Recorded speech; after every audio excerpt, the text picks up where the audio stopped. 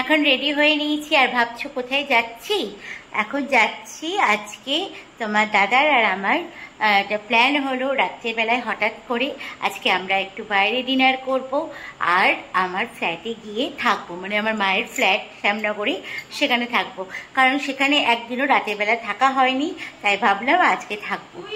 আর আমাদের শ্যামনগরে একটা ধাবা আছে, ওটা হচ্ছে তোমার গারুলিয়ার কাছে ধাবাটা। ওই ধাবাতে আমি মাঝে মাঝেই খেতে যাই, আমার অসাধারণ লাগে।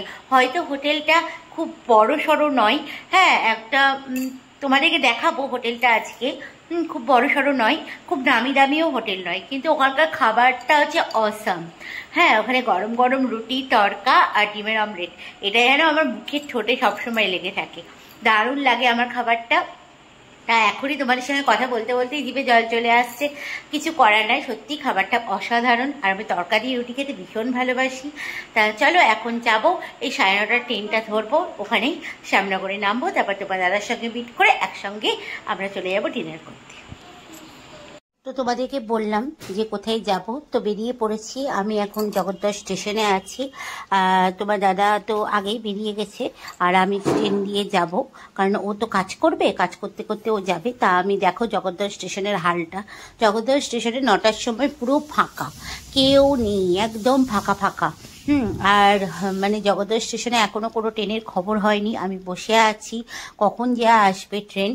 আর এই ট্রেনের খবর হলো, আর এই যে শ্যামনগর স্টেশনে নেমে পড়লাম এখন। আর শ্যামনগর স্টেশনে দেখো কত আলো, তোমার দাদাভাই স্টেশনেই দাঁড়িয়েছিল, আমাকে নিয়ে নিল, আর এখন আমরা বেরিয়ে পড়ছি।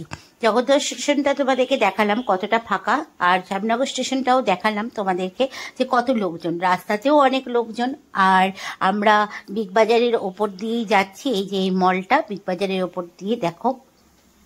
আর সামনেই তো পুজো, সেহেতু রাস্তায় অনেক ভিড়, এখন ভিড় তো থাকবেই, সামনে পুজোর মার্কেটিং চলছে সবার। হ্যাঁ, তা এখন রাস্তাটা দিয়ে আমরা যাচ্ছি, এই রাস্তার উপর দিয়ে এখন যাব ধাবা। আর বলতে বলতেই দেখো আমাদের সেই দোকানটা চলে এলো, যেই দোকানের কথা তোমাদেরকে বলছিলাম, গুপ্তা ধাবা। তোমাদেরকে তো তখনই বলেছিলাম যে হোটেলটা খুব বড় সড়ো নয়, এই যে হোটেলটার চেহারা, কিন্তু খাবারটা সত্যিই খুব ভালো। তো চলো এখন ভেতরে ঢোকা যাক। আর ভেতরে ঢুকেই খাবারের অর্ডার দিয়ে দিয়েছি, এই যে রুটি আর তড়কা গরম গরম, এই যে তোমার দাদা খাচ্ছে, সাথে কাবলি ছোলাটাও নিয়ে নিয়েছিলাম। কাবলি ছোলা তোমার দাদার তো খুব ভালো লাগে এখানে খাবার খেতে, আর আমারও ভীষণ ভালো লাগে, দারুণ লাগছে। তো খাবার এখন খাচ্ছি, খাবার দাবার খেয়ে এখন বেরিয়ে পড়বো, শ্যামনগর ফ্ল্যাটে থাকবো। তো খাওয়া দাওয়া করলাম, আর কোথায় খাওয়া দাওয়া করলাম তোমাদেরকে পুরোটাই দেখালাম।